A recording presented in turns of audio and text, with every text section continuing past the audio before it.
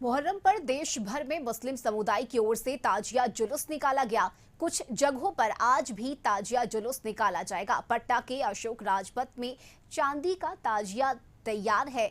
एक छोटा सा लेकिन शानदार ताजिया तैयार किया गया है और उस ताजिया में बड़े करने से इसको तैयार किया गया है और उस ताजिया के बीच में दुलदुल जो घोड़ा है उसको रखा गया है। यहाँ पे दुलदुल घोड़ा है।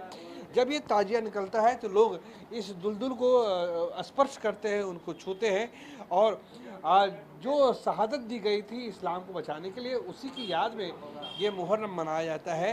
मुहर्रम का आयोजन होता है। काजी साहब जुड़ रहे हैं हमारे साथ। काजी साहब, ये क्या है और आपने इसको किस तरीके से तैयार किया है? ये ताजिया को 300 बरस पहले का है। जी जी हाँ। ये 300 साल पहले का है।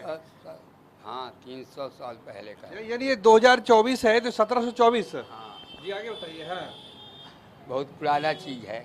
मुस्लिम समाज के लोग जो है हसन हुसैन की याद में इस मुहर्रम को मनाते हैं। हमारे पीछे एक ताजिया आपको दिख रहा होगा। दो ताजिया, एक बड़ा ताजिया है, एक छोटा ताजिया है। लेकिन जो ये जो छोटा ताजिया आप देख रहे हैं, ये पूरी तरीके से चांदी से तैयार किया गया है। ये जो देखिए इनके पीछे जो है, ये चांदी से ये ताजिया तैयार किया गया है। जो भी इसमें चीज़ें लगी हैं वो पूरी तरीके से चांदी से बनाई गई है। और इस वक्त हमारे साथ मौजूद है जिनसे हम बात करेंगे। ये जो आप लोग मुहर्रम मनाते हैं, ये किनकी यादें मनाते हैं और इसका क्या है पूरा बताइए। ये हम हसन हुसैन की याद में मनाते हैं, जिन्होंने अपनी जान को शहीद करके हमारे इस्लाम को बचाया और हमारे मोहम्मद सल्लल्लाहु अलैहि वसल्लम के नवासे थे, बहुत प्यारे थे। इसलिए हम उनकी याद में ये मुहर्रम मनाते हैं और हमेशा मनाते रहेंगे। क्या कहते हैं अल्लाह ताला से, क्या करते हैं, क्या दुआ मांगते हैं? अल्लाह से दुआ करते हैं अल्लाह हमें इतनी ताकत, इतनी कुव्वत दे कि हमेशा इनकी याद मनाते रहें और इनके शहादत को याद दोहराते रहें और हमारे आने वाली नस्लें भी इसको इसी तरह से मनाते रहें।